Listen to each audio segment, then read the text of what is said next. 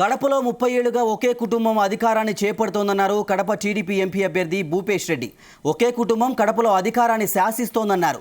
తన కష్టాన్ని గుర్తించే కడప ఎంపీ అభ్యర్థిగా చంద్రబాబు ప్రకటించారన్నారు. మార్పు కోరుకుంటున్న ప్రతి ఒక్కరూ తనకు మద్దతు తెలపాలని కోరారు. కుటుంబ సమస్యల వల్లే షర్మిల పోటీ చేస్తోందని, ప్రజా సమస్యల కోసం కాదన్నారు. కడప జిల్లా ప్రజలు ఆలోచించి ఓటు వేయాలని విజ్ఞప్తి చేశారు.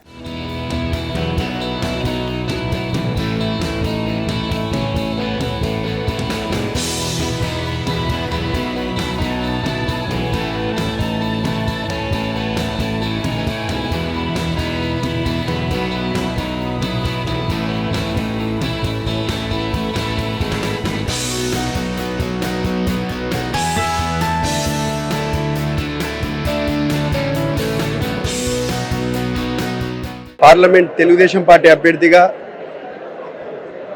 పెద్దలు నారా చంద్రబాబు నాయుడు గారు నన్ను ప్రకటించడం జరిగింది.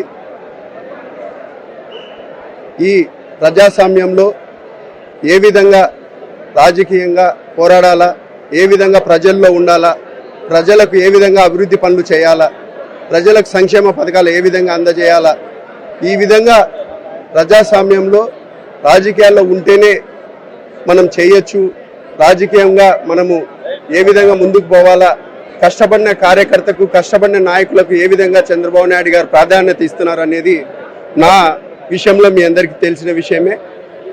జమ్లో నియోజకవర్గం తెలుగుదేశం పార్టీ ఇన్ఛార్జిగా ఇచ్చిన తర్వాత అక్కడ తెలుగుదేశం పార్టీ నాయకులు పార్టీని విడిచిపెట్టిపోయిన తర్వాత నాకు ఒక ఇన్ఛార్జి బాధ్యత ఇవ్వడం జరిగింది.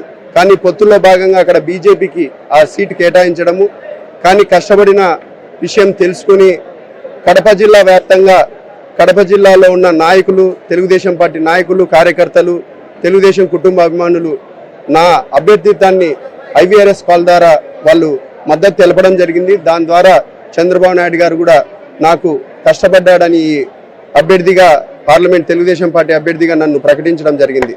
కానీ ఇక్కడ విషయం ఏంటంటే దాదాపు 30 ఏళ్ల నుంచి ఒకటే కుటుంబం ఎంపీగా ఉండడం జరుగుతూ ఉంది. మార్పు రావాలా, నమ్మకం మీద ఓటేయాలా, అమ్మకానికి కాదు మన ఓటని ఈ కడప జిల్లా ప్రజలకు నేను విజ్ఞప్తి చేస్తున్నాను. ఒకసారి మార్పు రానియండి. ఒకటే కుటుంబము 30-35 ఏళ్ల నుంచి శాసిస్తుంది ఈ కడప జిల్లాని. కాబట్టి నాలాంటి యువకుడిని ప్రోత్సహించి ఈరోజు చంద్రబాబు నాయుడు గారు అభ్యర్థిగా ప్రకటించడం జరిగింది.